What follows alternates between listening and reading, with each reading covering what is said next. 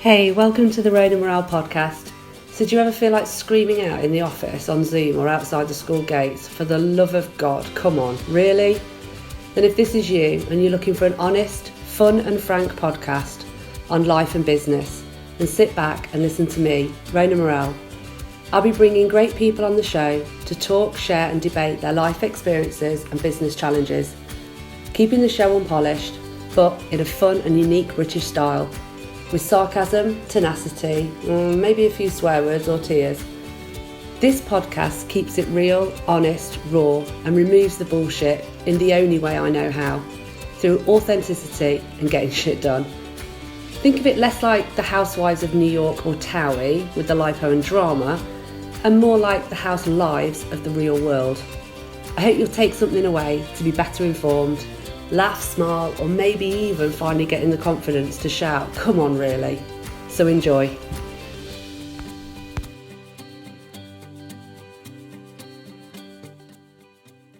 Hey Anna, welcome to the Rain and Morale podcast. How are you? Hi Rona, thank you for having me here. Well, absolutely fine. I think we have a lovely summer this year with a couple of heat waves and other heats, but it's absolutely great. Thank you. Oh, you're welcome. So for the listeners, I'm delighted to welcome Anna Poberezhna. We were just joking a minute ago as to whether I could pronounce the surname correctly, and I think I nailed it, so that's fine.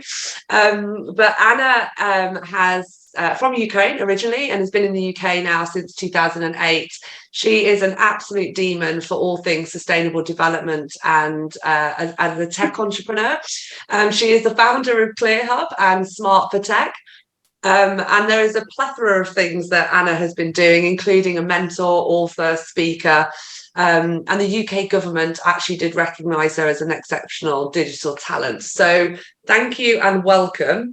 We're going to be covering quite a few topics today around regulatory framework, how unsustainable investments are happening, rainbow washing, which is a new one compared to greenwashing, and over extraction. So we are going to dive straight in. So Anna, please tell me more about the passions and why you created ClearHub Smart for Tech and what you do. Well, thank you so much. First of all, this is a fireworks introduction. I've been called a monster.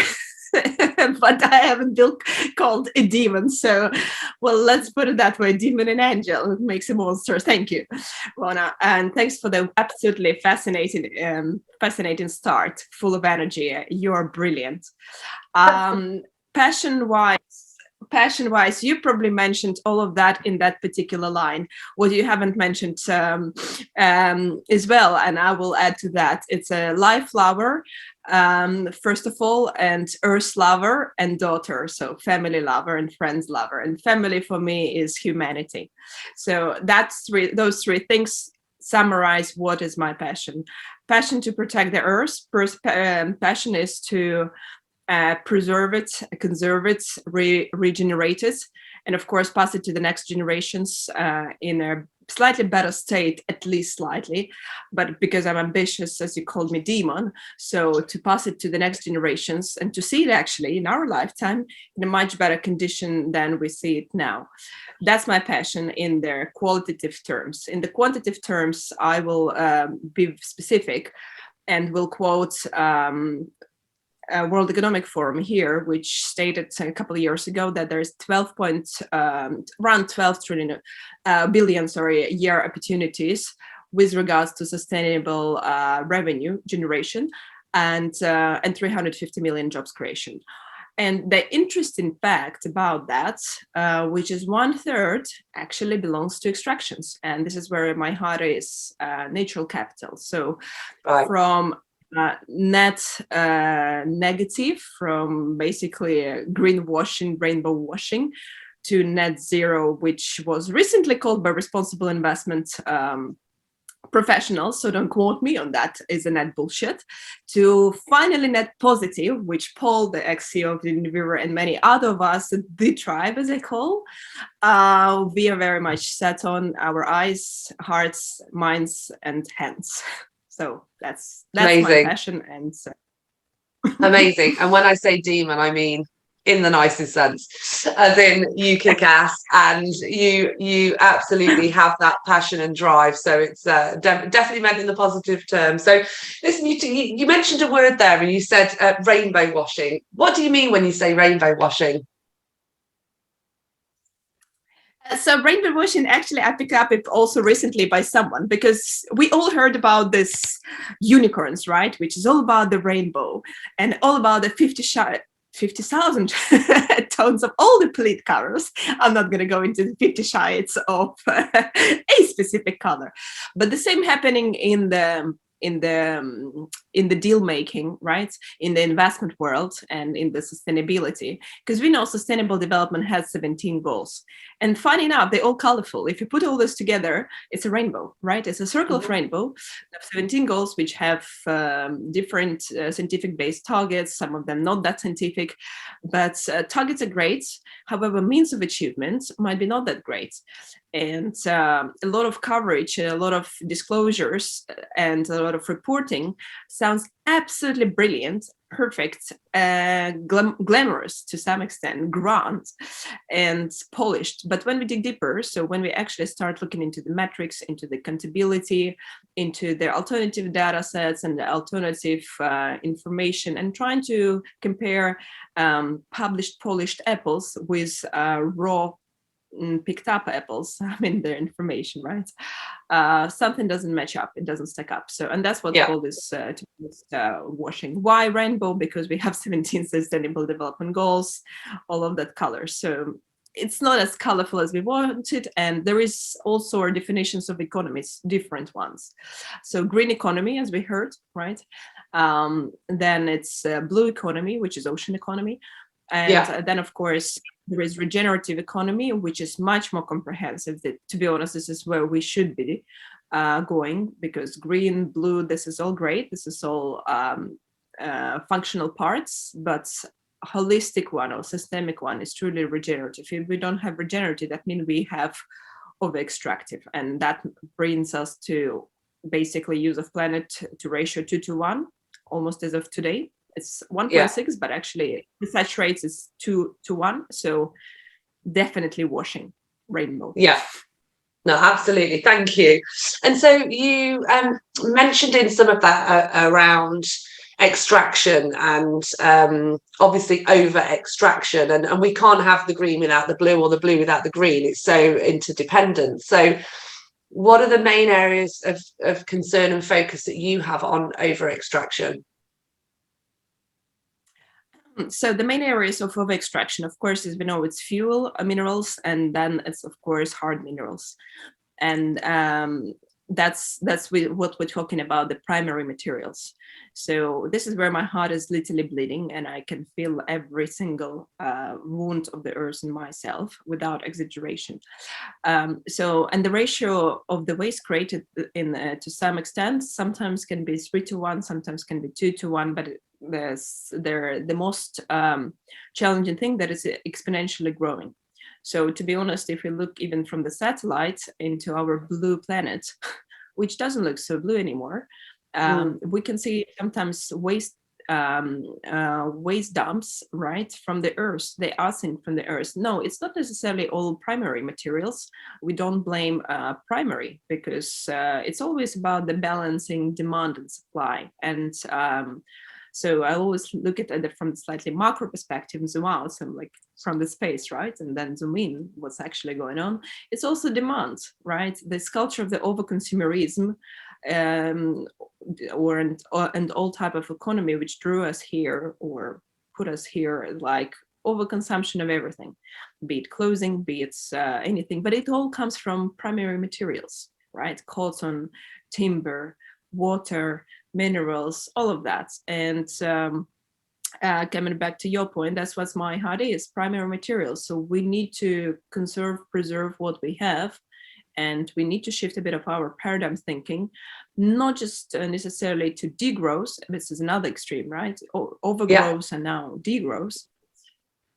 Truth is always somewhere in the middle. So rebalancing a bit our economy and rebalancing our demand and supply, and of course rebalancing our trade, supply chains, and it's overdue anyway. We see it in the world. The governance systems failure happening due to the governance at all levels. So it's a perfect time for us to rethink, reimagine, redesign, and of course redo, which is great. And then of course we will, in the same time, we will see recycle, reuse, and so on and so forth. All of those rare, which we can basically revive our great planets and humanity and restore peace, hopefully. And what's your view on, obviously there's billions of the population that have not had a chance to develop and grow and still don't have access to the basics of clean water, education, healthcare. How do we balance the one side of the planet that is over consuming and growing, and actually the other billions of people who have a right to grow and grow their economies, and the impact of that on the planet? How do we balance that? I love this question. Thank you so much.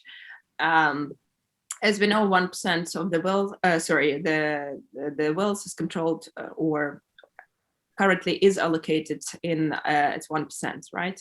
If to add middle class to that, maybe a bit another 10-20%, which is a variable right now, and we will see very big changes after COVID, after recession, and which we are just entering right now, and wars and other impacts, right? Systemic risks which hit hard all of us.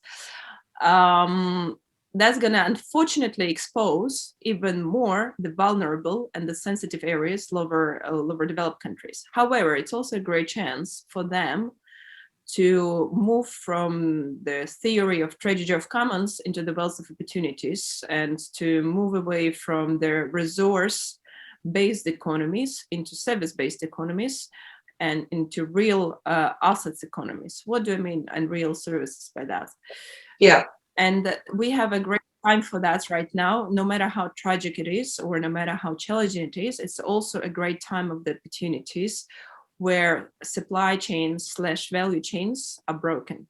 And if we reconstruct them in a much more systemic way, and from their not just convenience perspective, not from the colonialistic perspective, as it was done in the past, and the truth is truth, but if we actually reconstruct them from the resource allocation, planetary resource allocation. So if we understand that China has a lot, Russia has a lot,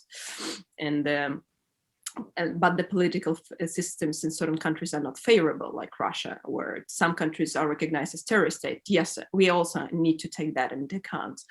But we have countries amazing like Brazil, like India, like African continents, which have now a chance to reconstruct their and to build from the global just dependence into the national and region. So we will see, to answer your question now in a one line, we will see a rise and development of national economies, continental economies, and more localized economies, which will be in turn interwoven with the global economy. So we will just see a rebalancing and a slight upgrade definition of the globalization. We will not see it as it was in the past, but there will be more integrity, there will be more reconciliation, and there should be more, of course, interoperability, because those Chinese walls, which ironically, which we saw in data, in informations, in the knowledge not sharing, they've been crumbled. And that will help also to unite, to bring more transparency, bring more potentially trust in the longer term between the actors, and hopefully localize economies. That's overdue. And in terms of the consumerism, the second big problem, not the problem, it's cause effect, right? So it's a cause of what we are overseeing now. Well, West is being educated, and West finally is waking up and recognizing that we cannot sustain ourselves as we are at the moment, consuming as we are behaving. And it's a slow process. Hopefully we can accelerate it by uniting positive efforts and educating, conserving, and other means. So it's a number of factors. There is no one simple line to answer that. No, there is one simple line to answer it. We can see the changing of economies and the world order, but on their practical terms, it's rebalance in the consumption, of course, and then rebalance in trade, value chains, and of course markets. There's a lot to digest there. So I think there's a couple of things there that you talked about, and I think there's this big control if we take the top 10 globally around, lobbying, and be that oil, pharmaceutical, chemical fertilizers, with this growth of potentially populism, the Dutch farmers, the Sri Lankan current situation, and actually what we need to do to kind of bring back that local ability to, because providing services, I think, is an interesting view on some of the developing countries. It's like, what services could they provide? At the moment, it's very much extraction, farming. How can we help them translate with technology, but also the task we have on feeding the world? But I guess waste comes into that a lot. Yeah, I mean, 40% of food, up to 40% of food has been wasted. As simple as that. If you open average American fridge and then you open average American bean, you'll be horrified. Yeah. Nothing to do. It's not about racism. I'm just picked an example of a developed country, right? One of the leading economy, one of the leading economies. So, and I think this is where the change starts, is at home. In the family, or in the household, from ourselves. And we need to ask ourselves very simple question: and to compare it always, do I need it or do I want it? Need, want, and can. Those three things are usually come into place on a very simple level. Forget about the ESG metrics, forget about complicated risk management technologies, more data and more. Risk, want, and can. Do I really need it? Do I really want it?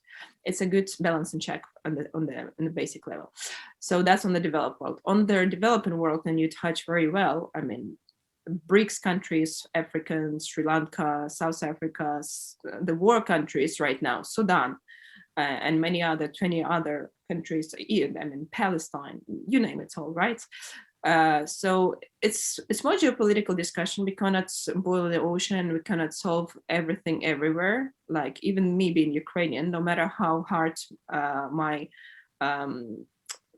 is sad about Ukraine and bleeding together with Ukraine, but I also understand I cannot change situation overnight. So I think where the focus should be, with all much being conscious and helping and supporting everyone you can, and do what you can, but we've got to be also realistic where the biggest impact we can have, so that can create a chain effect, or let's put it as ripple effects or knockoff effect to influence others. It's impact, right? So we can focus on there where the most important impact can get created, so that create a change in others.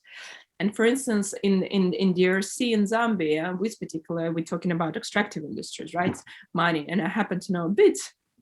I never claim I know. I say I happen to know a bit about extraction. So, and as a prominent example, how resource-dependent economies fully and absolutely hate, this is a very strong word, and I know that, but this is how those people have a right to express that way. Colonialistic models. So what are they doing? And DRC, we know because of the blood and child and all of those labor and means of production that were used and abused, and that's why we can see a lot of voluntary and non-voluntary regulation actually coming from that. So talking about legitimacy, accountability, and efficiency, right? Eating other initiatives. Equator principles, Dodd-Frank, and so on and so forth. So it's legitimate. But also then on a practical level, how do you apply it? If artisanal mining is not formalized, it's a challenge. Who's controlling what? Who's controlling whom? How? And then on top we have the local tribes might be fighting and controlling, like be it Africa, it's guerrilla movement, for instance, where it's simply corruption, and the corruption is the main source of problems for everyone, everywhere, and especially for the population. So no, we cannot solve the ocean, but we need to cooperate to bring more transparency, to bring more awareness, to start empowering people. Once people have access to basic, in like a Maslow pyramid, security, water, food, and energy, to be honest, this is a big start, and there is plenty of data supporting that evidence, and even film was made where the African people had access to education, water, and energy, and then they meant to develop their own businesses. The same I can see in Ukraine. We're coming from a surviving mode. We're not coming from prosperity. Last 300 years, we've been in a hardcore surviving mode. And look at Ukraine. When you've seen Bucha in Irpin exposed, and okay, that became a torture massacre in the headlines. But when the rest of the world saw it, like, wow, we didn't know those small towns look like almost, not Miami, of course, but so developed. How come? Well, this is how come. People have access to water, energy, and education, and that's already a lot. And then we find opportunities. So, and the same with Africans. So coming back to DRC and jumping a bit, DRC and Zambia. So governments decided, and with a new president in Zambia, they decided that they actually need to shift. So that comes from the governance. That's why we're coming back to the point of the importance of the, not government necessarily, but governance. If we have a sound and healthy governance and intentions, and then legislation or legitimacy, then the changes are coming from top down, which is very important. And then, of course, if we can see the change from bottom up, where people are actually more aware and they require the change, they demand the change, this is where magic happens, right in the middle. And Zambia and DRC decided to build integrated value chains. So, and they decided to shift from extractive resources countries, extractive dependent countries, to actually processing, recycling, and created that circular economy type, and gradually shift and attract more investments. And so, of course, we've heard the news about Zambia that it was nearly in the default and couldn't repay its payments, so it had to renegotiate its external debt recently, and with World Bank and other debtors. And of course, private sector is very dubious whether they can enter the market, with Zambia being at the bottom of the list in terms of the rating index, right? And rating scorings. However, it's all negative. But if you really focus on the positive, how much and how quickly changes taken at speeds they're taking, fascinating. Yes, we can see DRC again in the center of news for the sad news. However, the change is still going on. The waste has been removed. Zambia is known as one of the copper countries, top copper countries in the world. Zambia, copper belt. But if you dig deeper, before we look into primary resources, we also look at their ratio of the waste, and especially toxic waste. And there's prominent use cases been taken in the global courts recently, where Zambian people sued and won those toxic, because the impact, and the same with other communities, with Peruvian communities. I mean, the Extrata Glencore case was not infamous either, but that gave a lesson to everyone, to respect people, to respect nature, and to actually shift the means of production and shift the means of technologies, and actually invest into R&D, invest into technology to, that's on one side, we're talking about environmental, social, but of course the grades of ore are decreasing. So that means it's not just necessity, conviction, but it's also necessity. So it's a bunch of factors that are happening and affecting, and it's evolution. Hopefully, we don't like revolutions, but hopefully we can accelerate that evolution and go the speed of 10, because we're slightly behind the curve. Yeah, it's interesting. You touched there previously in the conversations around technology, and I remember hearing a potential UK Prime Minister saying that, we need to invest more in technology, and, tech's the answer for the climate. And that often jars with me, because I just think, yes, there's more work to do, but I think there's a hell of a lot of technology and solutions. My community alone in LinkedIn, if I could give them all $1 billion tomorrow, could change the world. So I just think there's this over-reliance. I love your point of view, Rona. Very practical and very realistic. And yes, I mean, I'm probably in the same community, not probably, we are in the same community with you, in the same tribe. And that's very united. And this is why we're talking today. I'm fascinated to learn from you and exchange those opinions. And it's not wishy-washy, it's real. Because when I saw your work, I was like, wow, it's like, how does she do that? I'd like to hear more. And I think that's what unites us, those who want to make a difference. And no, technology is not the answer, it's a tool set. The answer is really governance. And the governance is such a broad thing and such theoretical sometimes, and it's such corporate term that a lot of people cannot even understand that.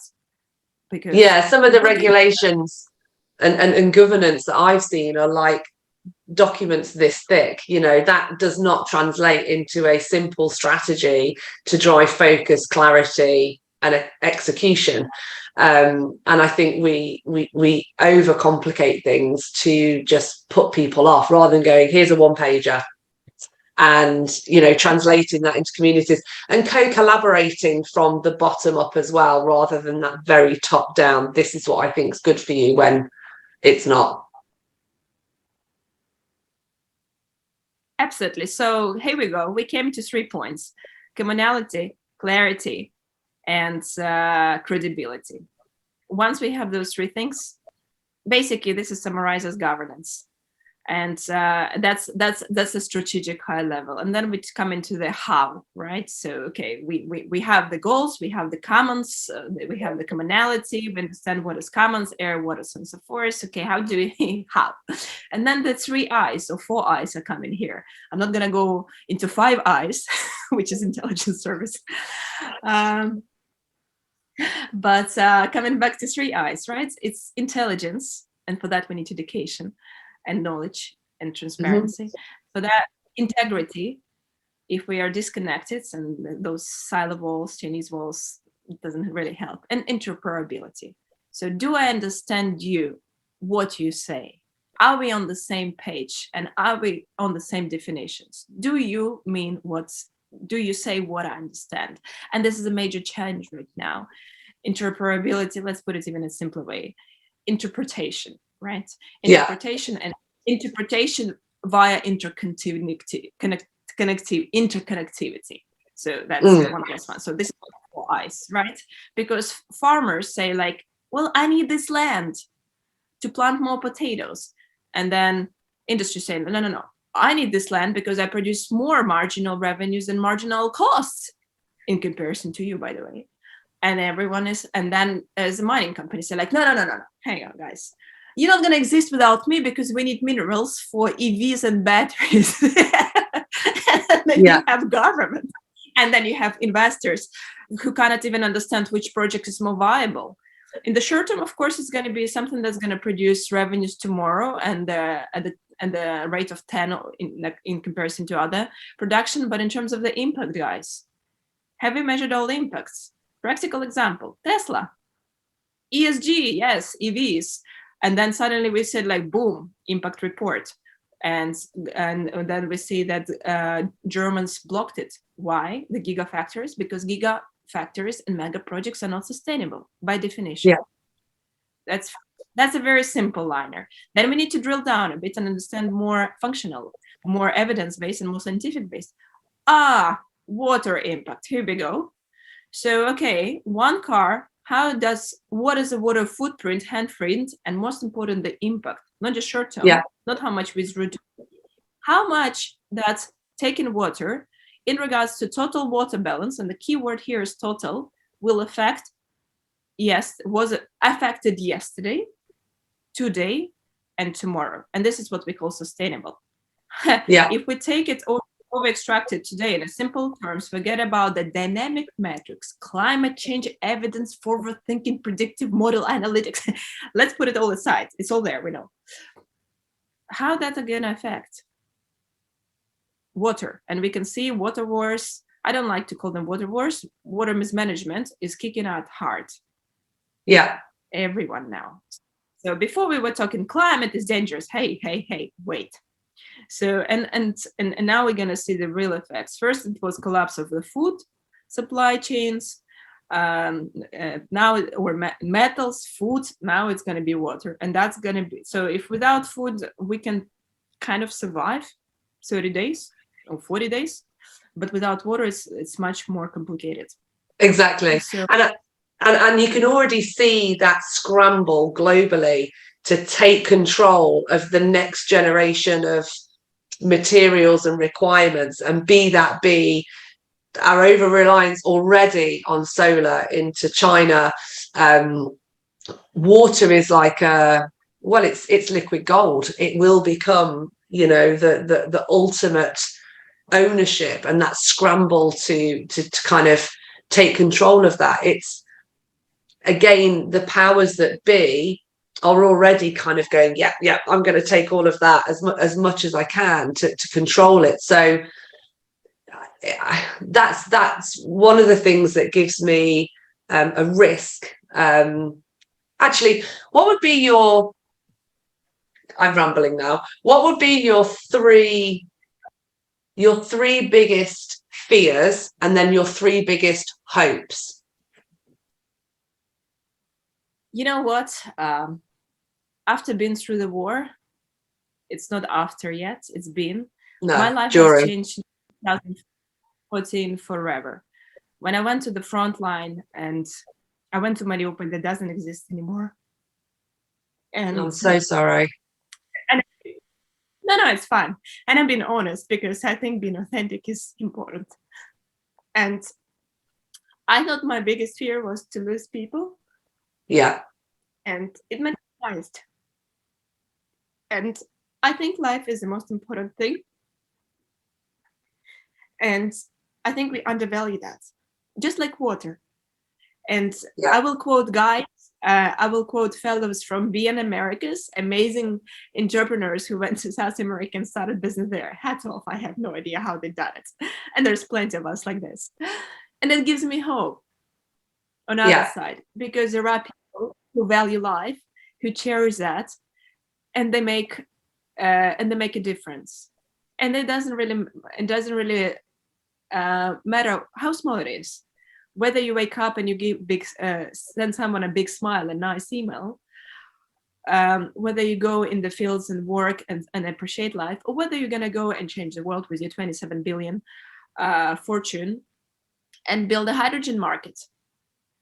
Truth will be somewhere as usually in the middle, but I think it comes back to I, we, and us, and and the unity of that. So my biggest fear, I think, to be honest, I had to face them.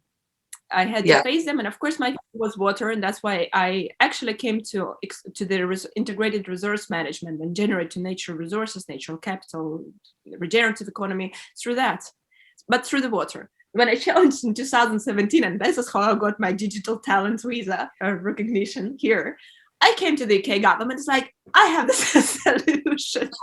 They couldn't pronounce my name. They couldn't. It was like, first of all, I was the youngest in the room. Second, they couldn't even know what could pronounce my name. And I was like, guys, I know how to solve it. And I was like, water credits. They're like, what? We don't have carbon credits working properly. You're talking about the water credits. And I was like, it's fine. And since that, water brought me on this journey. This journey of minerals, of mining, of waste, of whatever. And it gives me hope because I meet a lot of people right now, and this tribe is exponentially growing, probably faster than the waste. So I don't have hard data to prove that, but let's see. And we will see that, because you know that one person can change 10, can influence 10, 10 can influence 100, 100 can influence 1,000, 1,000 can influence millions.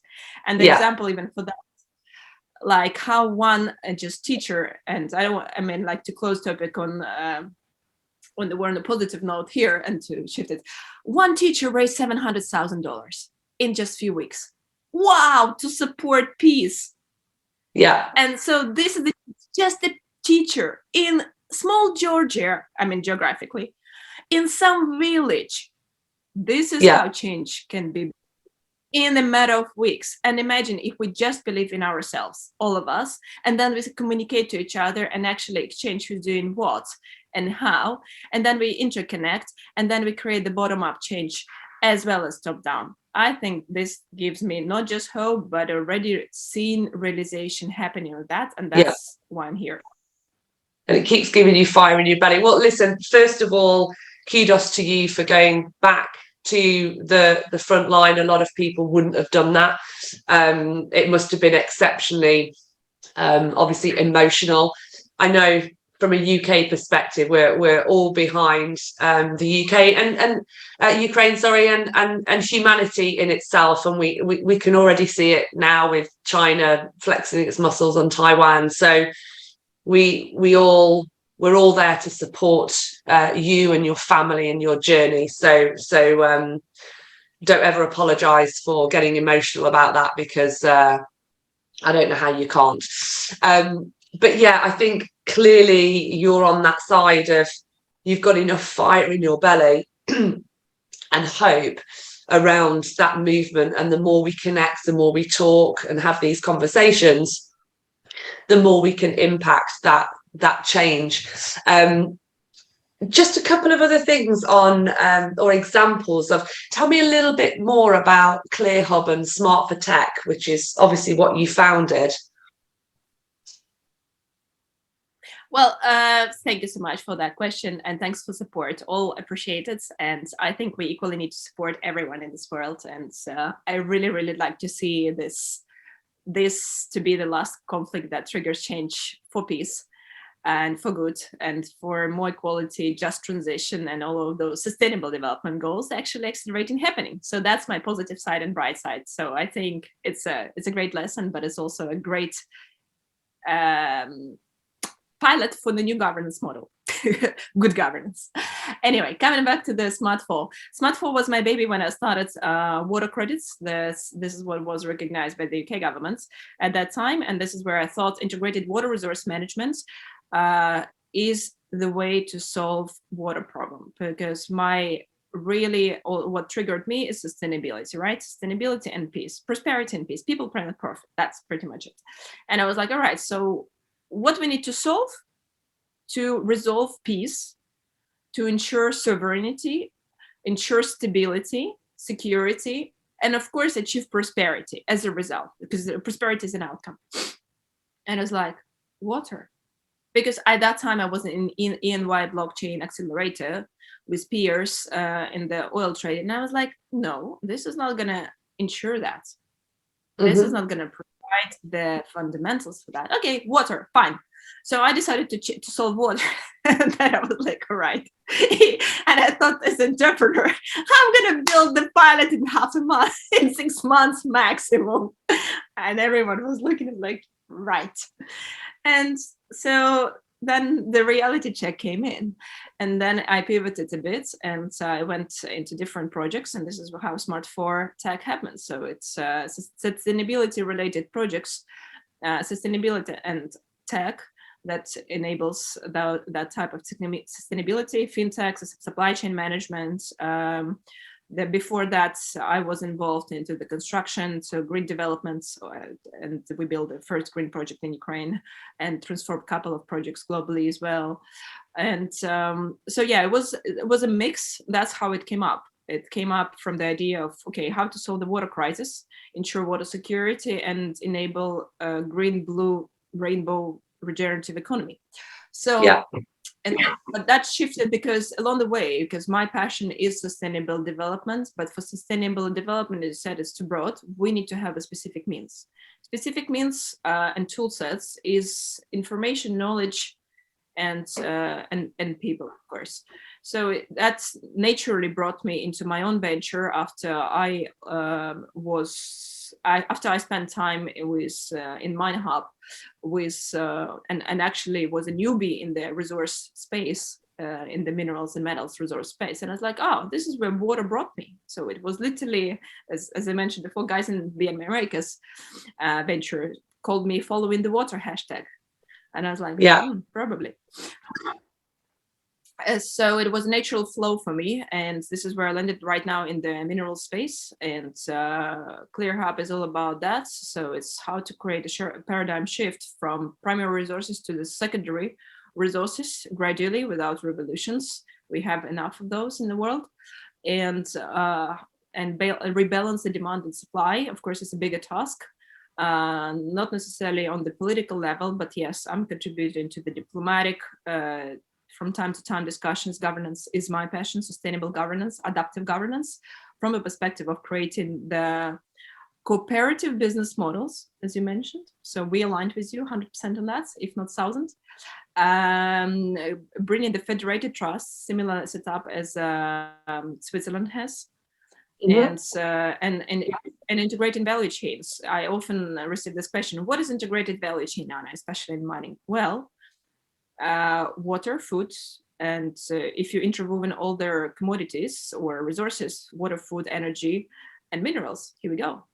So, but it's completely new business model. So I'm very much focused on the ClearHub as a new business, not new business model. Let's put it. It's not all news, forgetting old, as we say.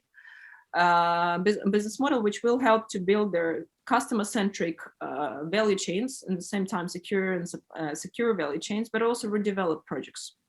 So I'm coming back to really my primary nature, redevelopment. So if we look at the projects, where is waste? Where is distressed? Where is abundance? What needs to be redeveloped?